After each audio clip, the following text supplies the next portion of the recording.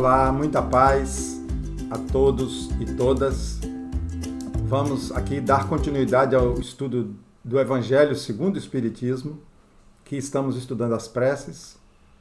Já entramos na parte de exemplos de preces para cada situação, mas antes, os Espíritos sugeriram a Kardec que começassem a fazer uma análise do Pai Nosso. E hoje nós vamos dar continuidade a essa parte, dá-nos o pão de cada dia. Quando a gente fala o pão nosso de cada dia nos dai hoje. Estamos estudando esse trecho. E já começamos esse trecho, né? Vamos fazer a segunda parte. Nós encerramos a última parte falando que muitas vezes a situação ruim que estamos na Terra foi colocada por nós mesmos nessa própria vida. Quando não é nessa, é em vidas anteriores. Tanto que tem causas anteriores e causas atuais dos nossos sofrimentos. Então estávamos falando isso, que muitas vezes o que precisamos não chega a nós, seja o pão, seja o afeto, seja a compreensão das coisas, não chega por nossas próprias atitudes. Estávamos falando disso. E aqui vamos dar continuidade. É capítulo 28, estamos no item 3, prece, só que dentro desse item 3 a gente já está no subitem 4, dá-nos o pão de cada dia, e já estamos aqui no meio. Vamos então aqui.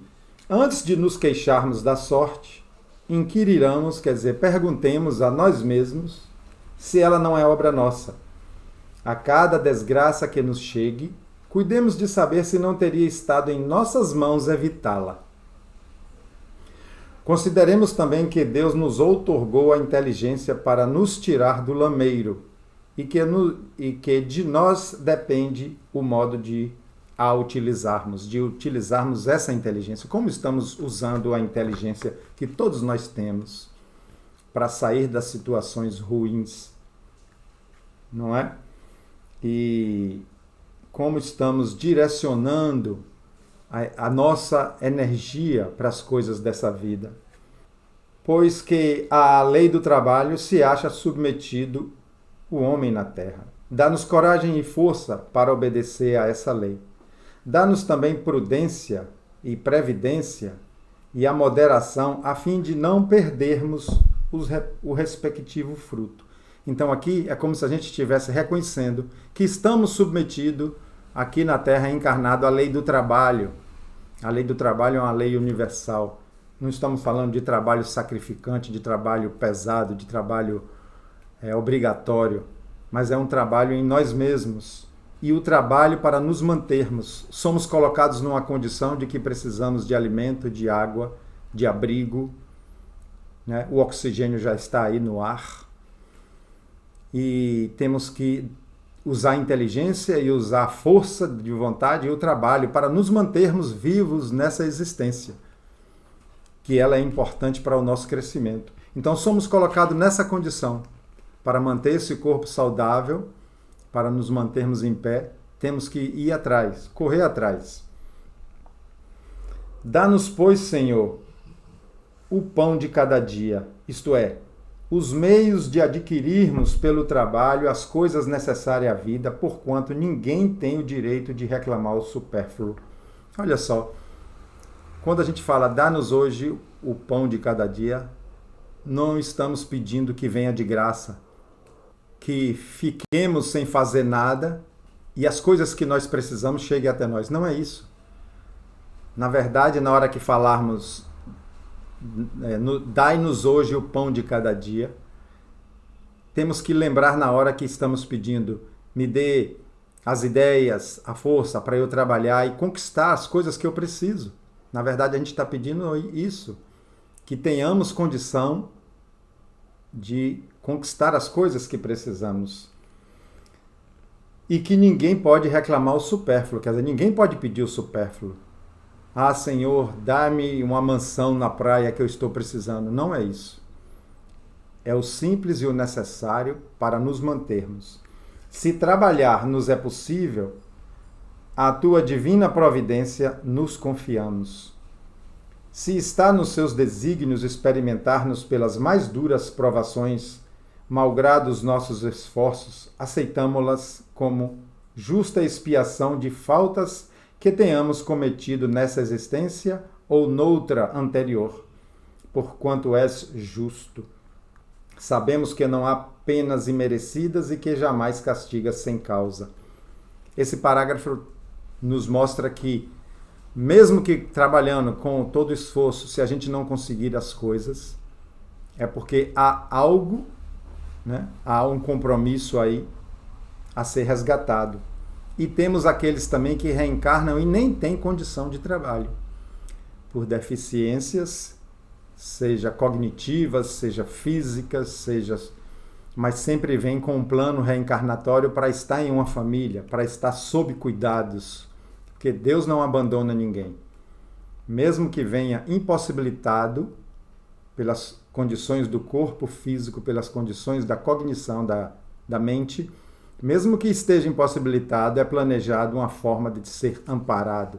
E aí está envolvido outros espíritos, com compromisso com aquele que tem que cuidar dele.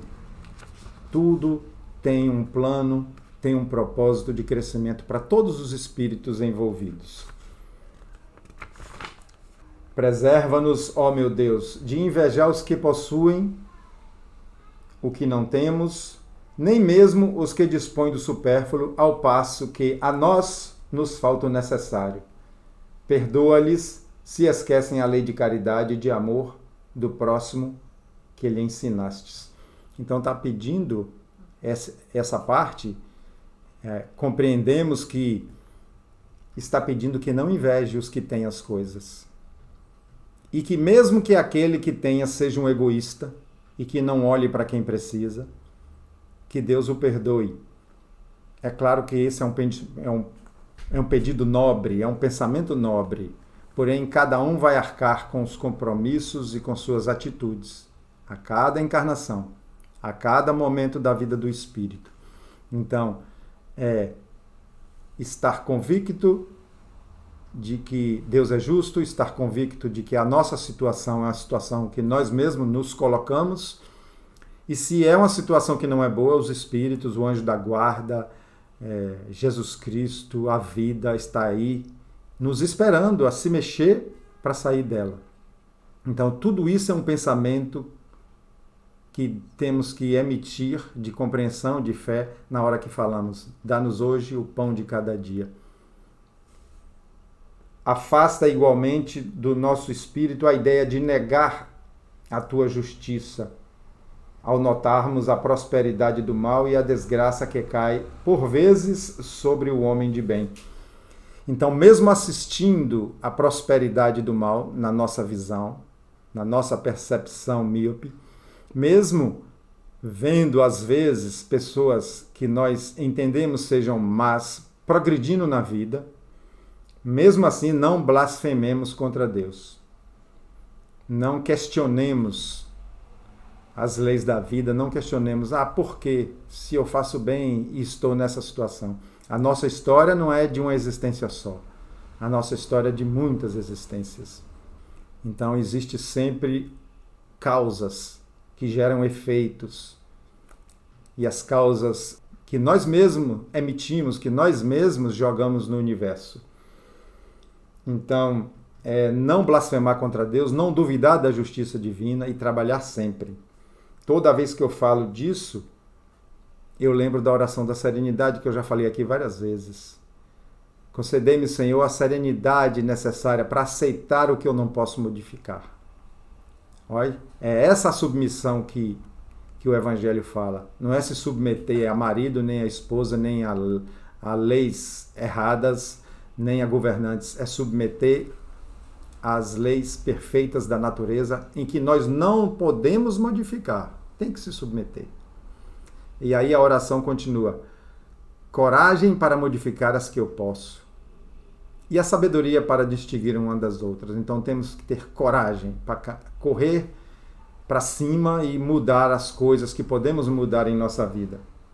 Retomando, já sabemos, graças às novas luzes, isso aqui para mim é a doutrina espírita, que te aprouve conceder-nos, que a tua justiça se cumpre sempre e a ninguém excetua, quer dizer, ninguém está fora da justiça divina. Deus não é injusto com ninguém, as leis da vida não é injusta com ninguém. Que a prosperidade material do mal é efêmera, como a sua existência corpórea, e que experimentará terríveis reverses, ao passo que eterno será o júbilo daquele que sofre resignado.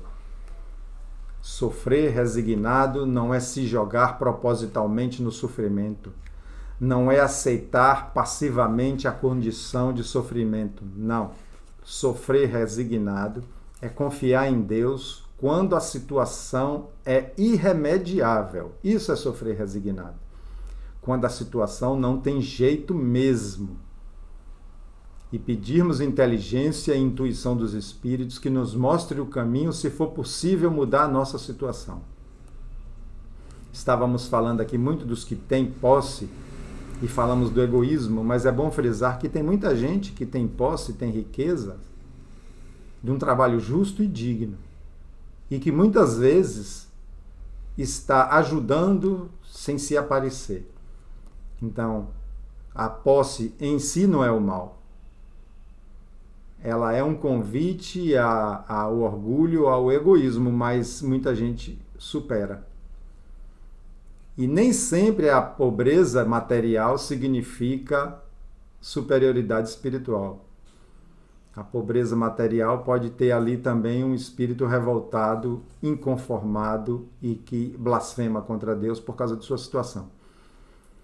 Então, a superioridade vai estar na pureza dos sentimentos e trabalhar sempre naquilo que podemos modificar. Então, dai-nos o pão nosso de cada dia, é isso. Nos dê a inteligência, nos dê a força para conquistar as coisas que eu preciso, nos dê o apoio espiritual, nos ensine, nos mantenha fortalecido. Não é que o pão de cada dia vai cair graciosamente sobre nossa mesa. Um grande abraço, até o próximo. O próximo nós vamos falar de quê? Perdoa as nossas dívidas, assim como nós perdoamos a quem nos tem ofendido. Até o próximo. Jesus nos abençoe.